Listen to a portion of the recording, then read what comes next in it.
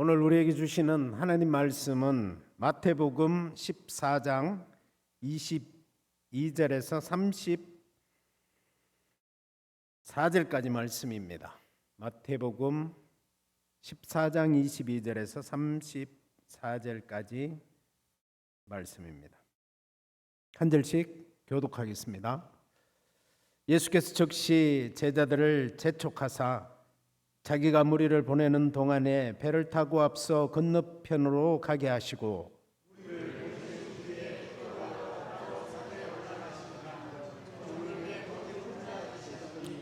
배가 이미 육지에서 술이나 떠나서 바람이 거스름으로 물결로 말미암아 고난을 당하더라.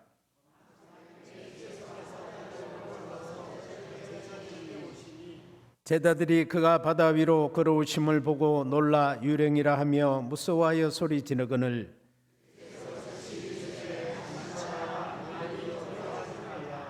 베드로가 대답하여 이르되 주여 만일 주님이시거든 나를 명하사 물 위로 오라 하소서 하니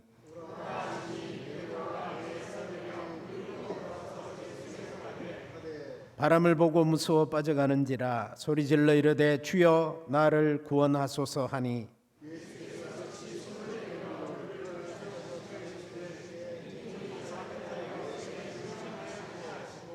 배에 함께 오름에 바람이 그치는지라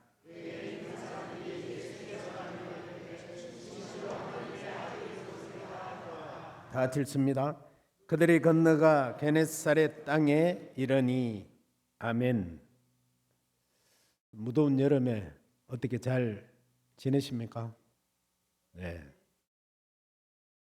제가 한 가지 질문을 던짐으로써 설교를 시작하려고 합니다. 원래 학교 다닐 때 제일 싫어하는 게 공부 못하는 애들이 제일 싫어하는 게 뭡니까? 선생님 질문이죠. 질문하면 눈 피하고 머리 받고 막 그렇게 했었는데 어려운 질문이 아니니까 저를 똑바로 보시고 머리까지 안 숙여도 됩니다. 네. 여러분에게 예수님은 누구십니까? 이 질문을 이제 제가 던집니다. 여러분, 나에게 예수님은 누구신가? 여기 신앙생활을 막 이제 시작하신 분들도 있고 한 30년, 40년 하신 분들도 있고 50년, 60년 이렇게 신앙생활을 하신 분들도 있습니다. 중요한 것은 내가 신앙생활을 오래 한 것이 중요한 것이 아니라 그 신앙생활을 하면서 예수님이 나에게 누구였는가? 자, 눈을 감고 한 1분만 생각해 봅시다. 예수님이 나에게 누구신가? 예수님을 나는 누구로 고백하고 있는가?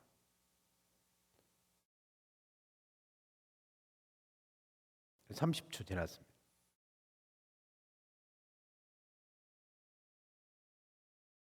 결론이 나왔습니까?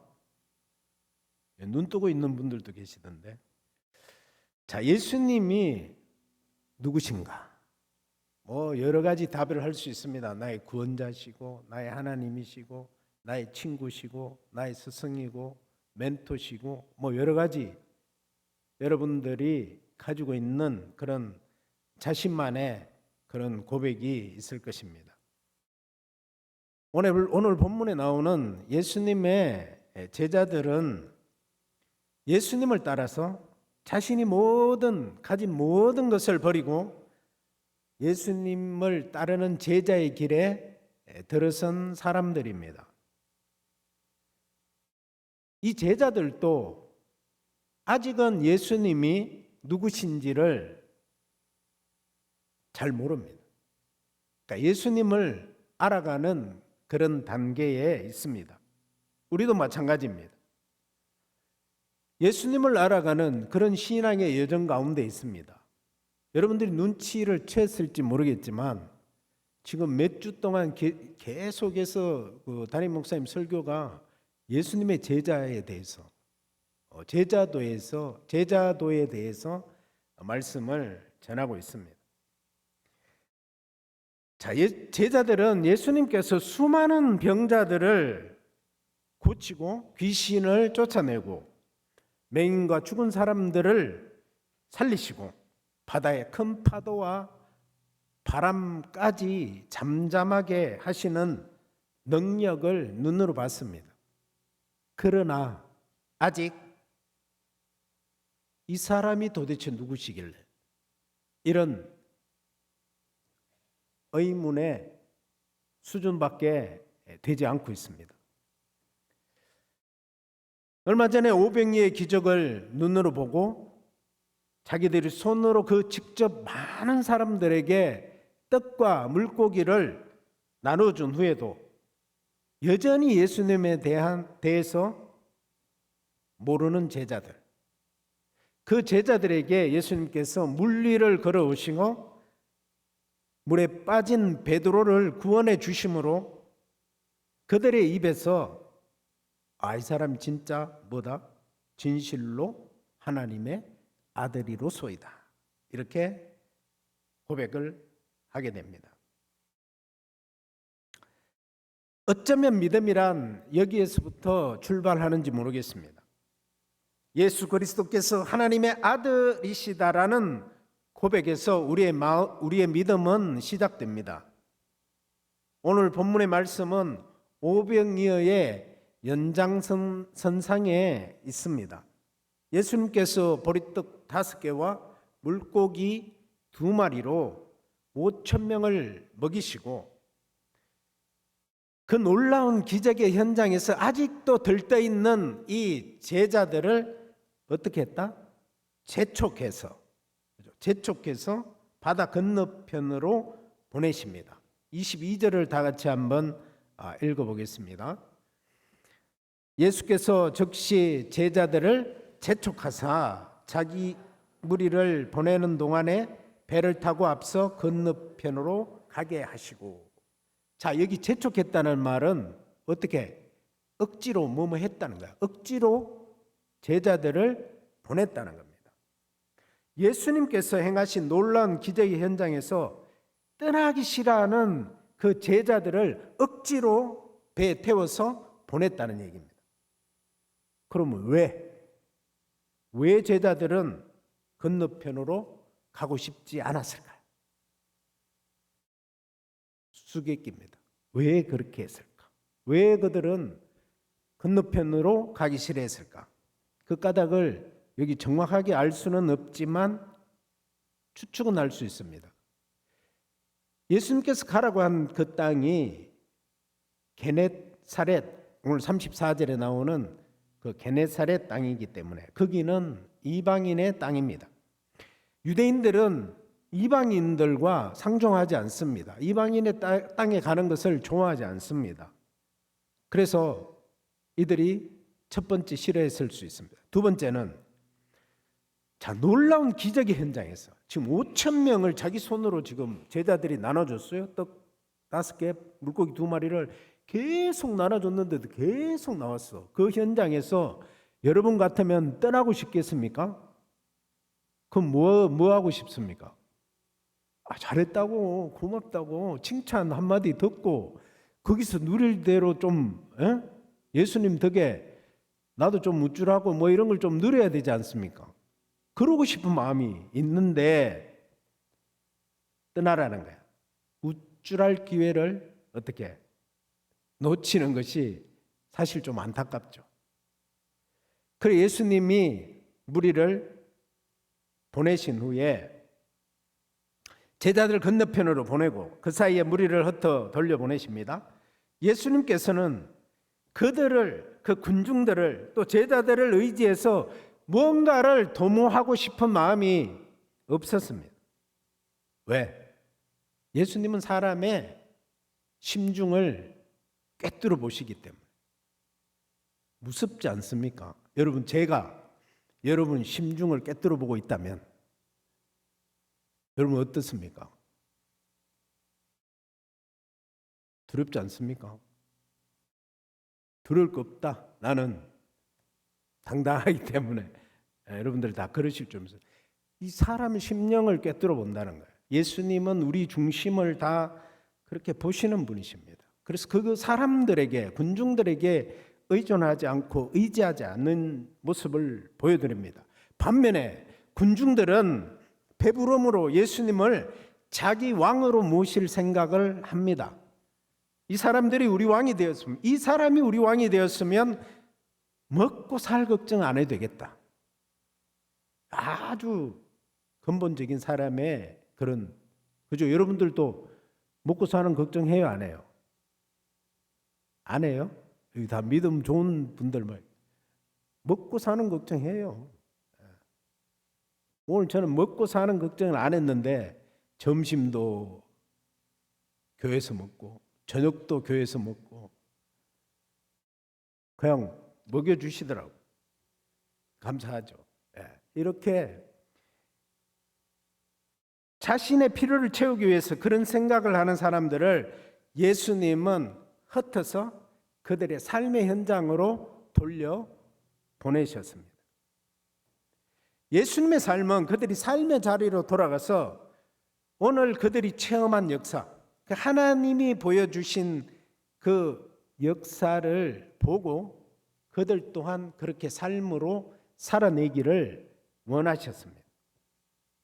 그들이 작은 소유, 비록 물고기 2마리, 보리떡 5개를 가지고 있었지만 그것이 하나님께 드려졌을 때에, 그 하나님의 손에 들렸을 때 놀라운 기적들이 일어남을 보고 그들도 가서 전하고 그런 일을 행해라는 그런 뜻을 내포하고 있습니다. 여러분, 교회는 모이는 것도 중요하지만 흩어지는 교회가 사실 더 중요합니다. 왜? 요즘 선교의 핵심 주제는 하나님의 선교입니다. 하나님의 선교는 하나님이 주체가 되는 것입니다. 하나님께서 교회에 모인 우리를, 예수의 제자된 우리를 모아서 하나님의 말씀으로 교육하고 양육해서 어떻게 합니까? 파송하죠. 우리를 세상으로 파송합니다. 그럼 우리는 훈련받고 세상으로 나가는 것입니다. 우리는 하나님의 교회를 통해서 하나님이 행하신 일을 보고 또 듣고 믿음으로 그 말씀을 받습니다. 그리고 우리 삶의 현장에서 그 말씀의 씨를 뿌리면서 살아야 합니다. 예수님의 제자인 우리는 교회가 선교 현장이 아닙니다. 교회가 아니라 세상 가운데, 우리의 삶의 터전 가운데에 나가서 하나님의 말씀을 전하면서 살기를 원합니다. 예수님께서 그걸 우리에게 원하고 계십니다. 그래서 예수님께서는 제자들도 무리들도 흩어서 삶의 자리로 보내는 것입니다. 예수님께서 제자들과 군중들, 그들을 삶의 자리에 보내신 후에 저물도록 뭘 했습니까? 혼자 계셨습니다. 자, 기도하러 따로 산에 올라가심에 저물매 거기 혼자 계시더니, 혼자 있는 것, 독거하는 것, 이거 중요합니다, 여러분. 예수님이 홀로 있으면 하나님과만 함께 있음을 얘기합니다. 하나님과 진실한 대면은 우리로 하여금 비본래적인 것을 떨쳐버리게 하고 본래적인 것, 본래 붙잡아야 하는 것을 붙잡게 해줍니다. 본질과 비본질, 진실과 거짓, 또 진리가 무엇인가, 이것을 생각하게 하고 붙잡게 합니다. 우리 삶의 가장 중요한 주제가 바로 여기에 있습니다. 하나님 앞에, 신 앞에 단독자로 있을 때 우리는 이런 질문을 하고 이런 질문에 답을 얻을 수 있습니다. 처음 서두에서 잠깐 제가 언급하고 묵상했던 질문처럼 예수님께서는 가이사라 빌립보 지방에서 제자들에게 물었던 그 유명한 질문, 여러분 혹시 기억하십니까? 네. 사람들이 나를 누구라 하느냐? 네, 들어는 세례 요한, 들어는 엘리야, 또 어떤 사람은 예레미야나 선지자 중에 한 명이라고 이야기합니다. 그래, 그렇다면 너희는 나를 누구라고 하느냐? 너희는 나를 누구라고 하느냐? 이 질문은 당시 제자들에게만 하는 질문이 아니라 오늘 이 수요 기도의 예배를 드리는 우리에게도 던지는 예수님의 질문입니다. 예수님의 이 질문을 통과해야만 예수님이 나의 구주가 되고 또 나의 하나님이 되십니다. 예수님은 하나님과 함께하는 그 독대의 시간이 없었다면 그 많은 사역들과 그 가난하고 고통받는 이들 곁에 끊임없이 다가섰던 예수님의 삶은 아마도 불가능했을 것입니다. 저와 여러분의 삶 속에 주님과 독대하는 시간이 날마다 더 늘어나시기를 예수님의 이름으로 축복합니다. 하나님과 함께 있는 시간이 없다면 정말 우리는 이 어려운 세상을 이겨나갈 수가 없습니다. 예수님의 삶은 물러남과 나아감의 조화를 잘 이루는, 언제 나가야 하고 언제 물러나야 하는지를 너무나도 잘 알았습니다. 우리도 삶 가운데 나아갈 때와 물러날 때만 안다면 우리 삶이 정말 지혜롭고 또 칭찬받는 삶이 될 것입니다. 예수님께서 홀로 하나님 앞에 있을 때 그 시간에 제자들은 어떤 상황에 놓여 있습니까? 24절 같이 한번 읽어보겠습니다. 배가 이미 육지에서 술이나 떠나서 바람이 그스름으로 물결로 말미암아 고난을 당하더라. 예수님은 하나님과 함께 독대하고 있는데 제자들은 어떻게 돼 있습니까? 바람이 거슬르고 물결로 말미암아 고난 가운데 어려움을 겪고 있습니다. 우리의 삶이 이렇습니다. 우리의 삶이 언제나 고난 가운데, 역경 가운데 살아갑니다. 우리는 마태복음 8장에서 풍랑이 있는 바다를 잠잠케 하신 예수님의 사건을 압니다. 예수님께서 고물에 머리를 베고 주무시고 계실 때에 제자들이 죽겠다고 아우성치며 우리를 살려달라고 그렇게 얘기했을 때에 예수님께서 그들을 구원해 주시고 그 바다와 바람을 잠잠케 해주시는 사건을 우리는 잘 압니다. 오늘 본문에서는 그런 모든 묘사들이 생략되어 있지만 단지 바람이 그스름으로 물결로 인해 고난당했다라고 기록하고 있습니다. 자, 거슬러 부는 바람은 어떻게 보면 이 제자들의 마음속에 일어난 그런 저항감일 수도 있습니다. 이방인의 땅에 정말 가기 싫어하는 그런 그들의 마음. 예수의 제자들은 유대인들입니다. 그들은 이방인에게 이 좋은 복음의 소식, 예수님이 감으로 그 모든 사람들이 치유되고 회복되는 그런 일들이 별로 반갑지 않습니다. 마치 요나가 니느웨 백성들에게 자비를 베풀어 주시고자 하시는 하나님의 그 명령이 싫어서 다시스로 도망하는 마음과 같은 마음이 오늘 이 제자들의 마음 안에도 있었습니다. 오늘 저와 여러분은 어떻습니까? 저놈은 안 돼. 이런 마음 없습니까? 저 민족은 안 돼. 저 민족만큼은 결코 하나님의 용서해서는 안 된다. 그렇게 생각한다면 우리 마음이 하나님 앞에 저항하는 마음으로 서 있는 겁니다. 하나님께서는 당신이 창조한 사람들을 불쌍히 여기십니다. 세상의 모든 사람이 하나님의 용서를 받고 구원 얻기를 바랍니다. 감히 우리가 하나님의 자리에서 사람을 판단하고 정죄하는 죄를 범해서는 안 됩니다. 난처하고 위급한 상황에 놓여 있는 이 제자들에게 예수님께서 기도를 마치신 후 4시경이죠. 밤 4경에 새벽 한 3시에서 한 6시 이 정도 됩니다. 그 어두운 밤에, 칠흑 같은 어두운 밤에 바다 위를 걸어서 제자들에게 다가오셨습니다. 제자들이 봤을 때 뭐라고 생각하겠습니까? 자기들 이때까지 물 위를 걸어오는 사람을 본 적이 없습니다. 제자들은 유령이라고 생각했습니다.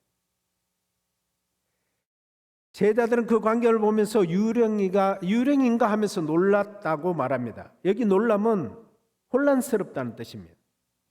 그들은 스승이신 예수님을 알아보지 못합니다. 단지 어두웠기 때문일까요? 새벽 미명이기 때문일까요? 아니면 제자들의 믿음이 온전하지 못했기 때문일까요? 지금까지 제자들은 예수님께서 행하신 수많은 능력과 기적을 눈으로 보고 아직도 예수님의 실체를 제대로 깨닫지 못하고 알지 못하고 있습니다. 자, 이러한 제자들의 모습은 비단 이 제자들의 모습일까? 오늘 우리의 모습은 아닐까요? 오늘 여기까지 우리의 삶에, 나의 삶에, 우리 가정에, 우리 교회에, 우리 나라에 행하신 놀랍고 신기한 일들을 보고도 이것이 예수님이 하신 일인가? 아직도 긴가민가? 아니면 우연히 될 때가 되었기 때문에 된 것이 아닌가? 이런 생각을 가지고 있는 사람들에게 예수님은 여전히 누굽니까? 유령입니다. 여전히 내가 아직도 예수님을 신뢰하지 못하고 예수님이 베풀어 주신 그 놀라운 은혜를 깨닫지 못한다면 그런 사람에게는 예수님은 여전히 유령으로 존재하고 있습니다. 그때 예수님께서 말씀하십니다. 안심하라, 나니 두려워하지 말라. 27절입니다. 예수께서 즉시 이르시되 안심하라, 나니 두려워하지 말라. 예수님께서는 두렵고 혼란스러워하는 제자들에게 안심하라, 두려워하지 말라, 나다, 이런 혼란된 마음을 다독여 주고 계십니다. 그리고 이어 나오는 나다라는 말은 에고에이미 들어보셨습니까? 하나님의 자기 계시, 하나님이 자기 계시한 것 어디에 나옵니까? 출애굽기 3장에 나옵니다. 시내산 밑에 떨기나무, 불붙는 떨기나무 밑에서 모세가 하나님과 대면합니다. 그죠? 광야에서 양을 치던 모세가 그 호렙산 떨기나무 아래서 하나님 앞에 나아갔을 때에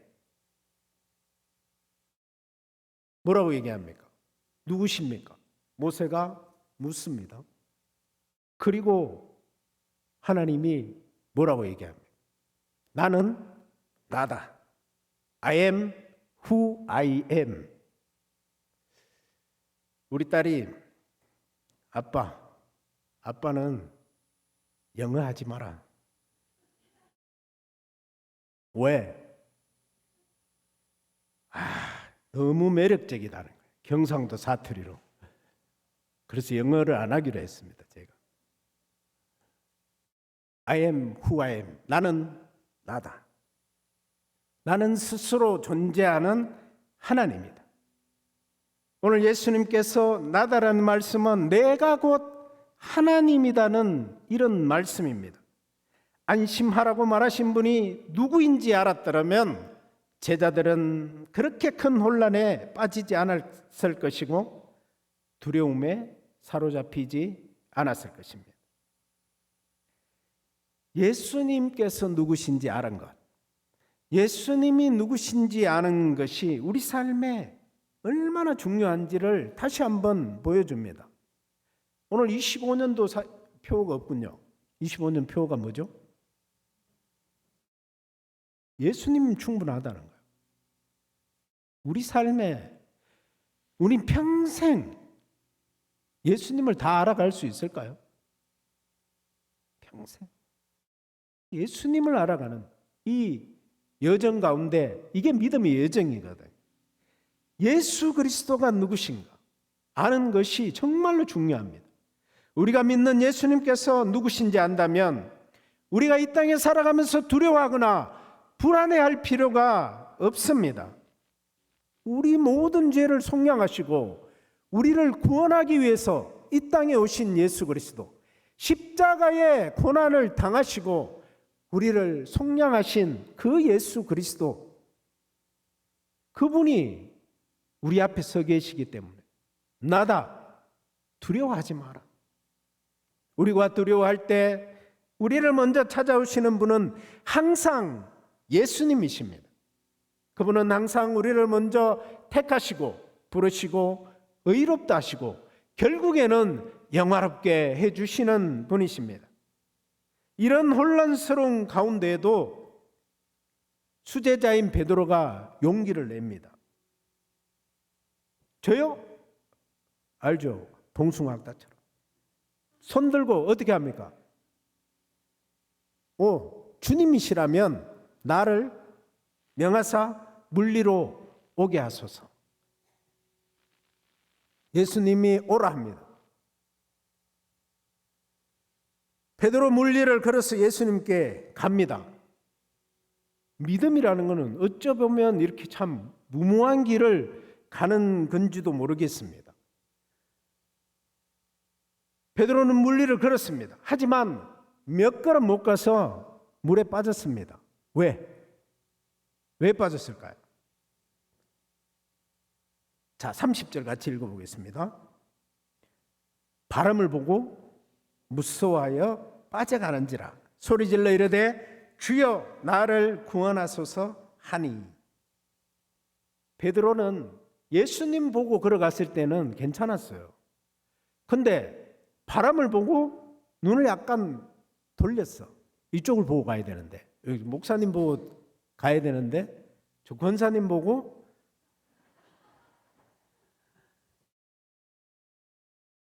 가다가 어떻게 됐어요? 빠졌어요. 예. 바람을 보았다는 거예요. 바람을 보고 빠졌다. 여러분, 신앙과 불신앙의 경계에서 예수님만 바라볼 때는 신앙으로 기울었던 그의 마음, 믿음이 예수님 아닌 바람을 봄으로써 불신앙으로 급격하게 쏠렸습니다. 바람이라는 단어는 아네몬이라고 합니다. 풍조로 번역될 수 있습니다. 풍조 알죠? 풍조. 풍조란 무엇일까? 시대에 따라 변하는 세상의 가치, 세상 사람들의 추구하는 사상이나 유행, 생각, 요것들을 뭉뚱그려서 풍조라고 합니다. 이러한 것들을 우리는 세상 풍조라 이렇게 얘기하죠. 오늘 우리에게 예수님께서 말씀하고 싶어 하시는 것은 예수님의 제자가 세상의 풍조를 따라가면 믿음에서 어떻게 된다? 파산한다.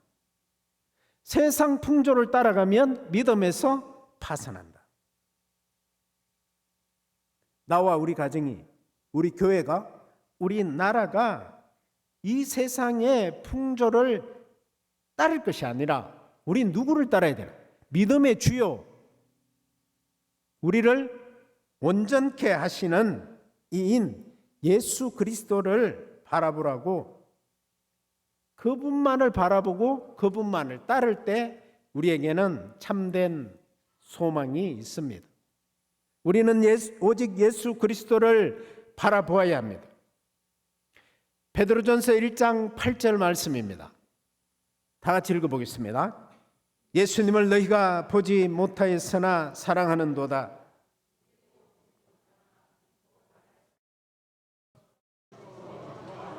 아멘. 우리가 예수님을 직접 보지 못했습니다. 그러나 우리는 예수님을 사랑합니다. 이제도 보지 못하나 믿고 말할 수 없는 영광스러운 즐거움으로 기뻐합니다. 여러분들이 그런 마음이 있기 때문에 이 무더운 여름에도 이렇게 많이 수요기도회에 나오는 것입니다. 예수님만을 기뻐하고 바라보는 저와 여러분이 되시기를 간절히 축복합니다. 베드로는 비록 성격이 급하고 행동부터 하고 보는 사람이지만 자신의 한계와 무력함과 과오를 인정할 줄 아는 사람이었습니다. 예수님을 보지 않고 바람을 보다가 자신의 몸이 물속으로 빠져갈 때 그는 어떻게 했습니까? 다급하게 누굴 불렀습니까? 주여, 나를 구원하소서. 급할 때는 뭐 어떻게 해야 된다고? 소리쳐야죠. 네, 소리쳐야 됩니다. 조용조용 할 때도 있고 급할 때는 급하게 불러야 됩니다.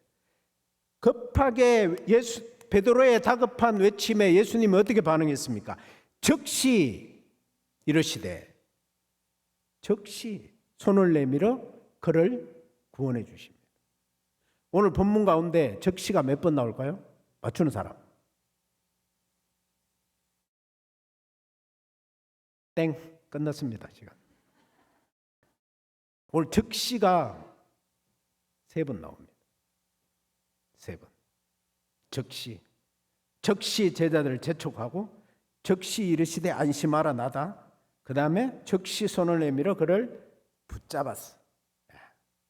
예수님이 동작이 빠르십니다. 즉시 구원을 베풀어 주시는 것을 볼 수 있습니다. 그리고 그의 믿음 없음을 책망하시지만 그 책망은 질책이라기보다는 안타까운 마음에 베드로에게 이야기하는 겁니다. 하나님께서는 이스라엘 백성들이 40년 동안 그 긴 여정 가운데 광야를 돌 때 전지전능하신 하나님께서 절대 주권을 가지신 하나님께서 어떻게 했습니까? 그 신실하신 하나님께서 날마다 구름 기둥, 불 기둥, 만나와 메추라기, 또 옷이 헤어지지 않고 신발 또한 떨어지지 않도록 그들을 보호해 주셨습니다. 그 날마다 하나님의 기적을 체험하면서 그들은 살았습니다. 하나님을 바라보고 하나님을 신뢰하기만 하면 우리의 믿음은 날마다 더 강해집니다. 우리가 바람을 볼 것이 아니라 하나님만 바라보고 가면 우리의 믿음이 강해집니다. 아무것도 걱정할 필요가 없습니다. 제가 오늘 수요일 여기 2번째 설교입니다. 3시에 한번 설교를 했는데 내 짐을 던져라 하나님께. 그리고 앞에 앉은 장세자 권사님, 집사님이 저한테 질문했습니다. 목사님은 그러면 이때까지 기도해놓고 걱정한 적 한 번도 없냐고. 있을까요? 없을까요? 있겠지. 있지만 거의 대부분 저는 맡깁니다. 예. 맡겨야 돼요. 하나님. 신뢰해야 돼요. 그러면 두려워할 필요 없습니다. 걱정할 필요 없습니다. 제가 이사를 몇 번 했게요. 우리 부동산 하시는 우리 권사님, 홍 권사님. 많이 했을 것 같아요.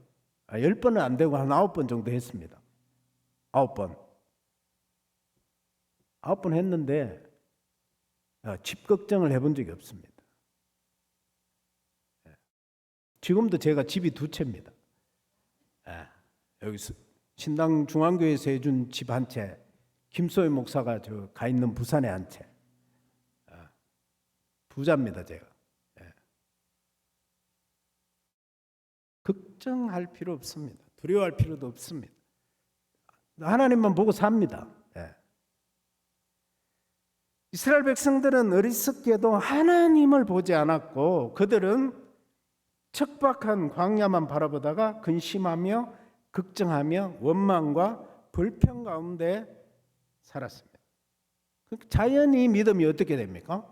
쪼그라들죠. 작아지죠. 그래서 정탐꾼을 보냈을 때 여리고성을 정탐하고 이렇게 했을 때 어떻게 합니까? 10명이 그 쪼그라든 믿음으로, 믿음의 눈으로 사람을 보죠.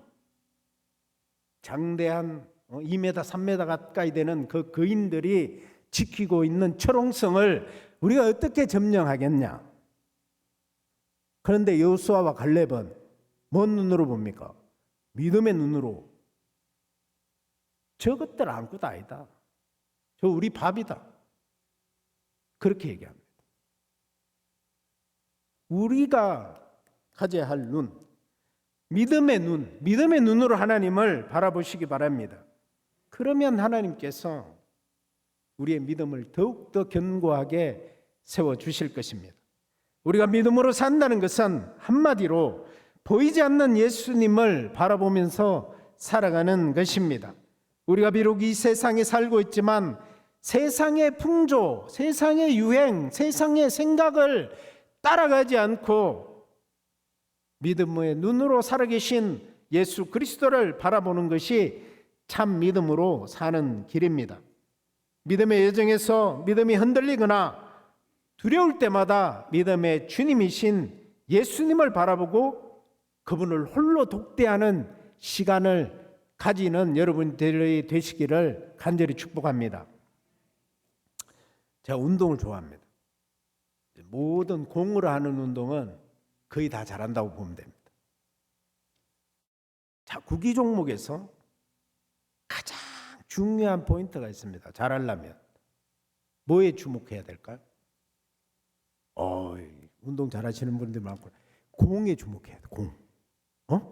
공에 딱 초점이 언제든지 공에 탁구, 테니스, 축구, 야구 다 마찬가지. 공을 하는 운동은 다 어디에다 초점을 맞춰야 된다고요? 공에 초점을 맞춰야 돼요. 여러분들이 신앙생활 하면서 어디에 초점을 맞춰야 돼요? 그렇죠. 예수님께 초점을 맞춰야 돼요. 이게 우리 믿음과 삶의 뭐다? 핵심이다. 본질이다. 여기에 초점을 맞추시기 바랍니다. 이 본질을 추구하는 저와 여러분이 되시기를 예수님의 이름으로 축복합니다. 이 시간 우리가 말씀을 가지고 기도하겠습니다. 우리 삶 가운데 찾아오셔서 우리를 적시로 구원해 주시고 안심시켜 주시고 돌봐주시는 그 예수 그리스도를 바라보면서 살아가는 우리의 믿음과 신앙이 되도록 이 시간 주님 한번 찾고 통성으로 기도하겠습니다. 주여, 하나님 아버지 감사와 찬양을 드립니다. 오늘도 우리 삶에 예수 그리스도만을 바라볼 수 있게 하여 주시옵소서. 예수님만이 우리 삶의 주인이 되시고 예수님만이 우리를 붙들어 주시는 분이심을 기억하게 하여 주시옵소서. 우리의 구원자 되시고 하나님의 아들이 되시고 우리의 왕이 되시는 예수 그리스도를 바라보고 나니 두려워하지 말라, 아무 걱정하지 말라, 아무 염려하지 말라, 내가 너와 함께하겠다, 내가 너를 구원하겠다고 오늘 말씀하시는 그 주님만을 바라보고 믿음의 여정을 걸어갈 수 있는 우리 신당 중앙교회 모든 성도님들이 되실 수 있도록 하나님께서 은혜를 베풀어 주시고 축복하여 주시옵소서. 이 밤에도 우리가 믿음의 주여 우리를 온전케 하시는 예수 그리스도만을 바라보기를 소망합니다. 우리의 삶에 아버지 하나님 온전한 주님이 되시는 예수 그리스도를 바라보고 아버지 하나님 우리가 이 믿음의 여정들을 걸어갈 수 있도록 주님 역사하여 주시기를 원합니다. 아무 두려움 없이 우리가 아버지 주님만을 바라보며 살아가는 참 믿음의 여정들을 걸어갈 수 있도록 주님 역사하여 주시옵소서.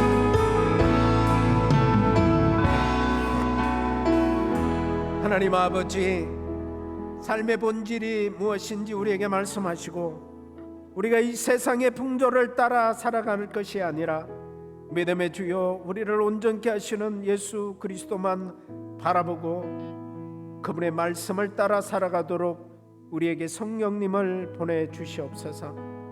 우리의 삶이 우리를 구원하기 위해 이 땅에 오신 예수 그리스도만을 바라보며 살아가게 하옵소서. 어떤 장애물이 눈앞을 가려도 우리 마음에 눈을 뜨고 장애물을 넘어 계시는 예수님을 보고 살아가는 저희들이 되기를 간절히 소망합니다. 오늘도 주님 앞에 정직하게 우리의 필요를 아뢰고 고통받는 자들을 위해 기도할 때 기쁘게 응답하여 주시옵소서. 예수 그리스도의 이름으로 기도드립니다. 아멘.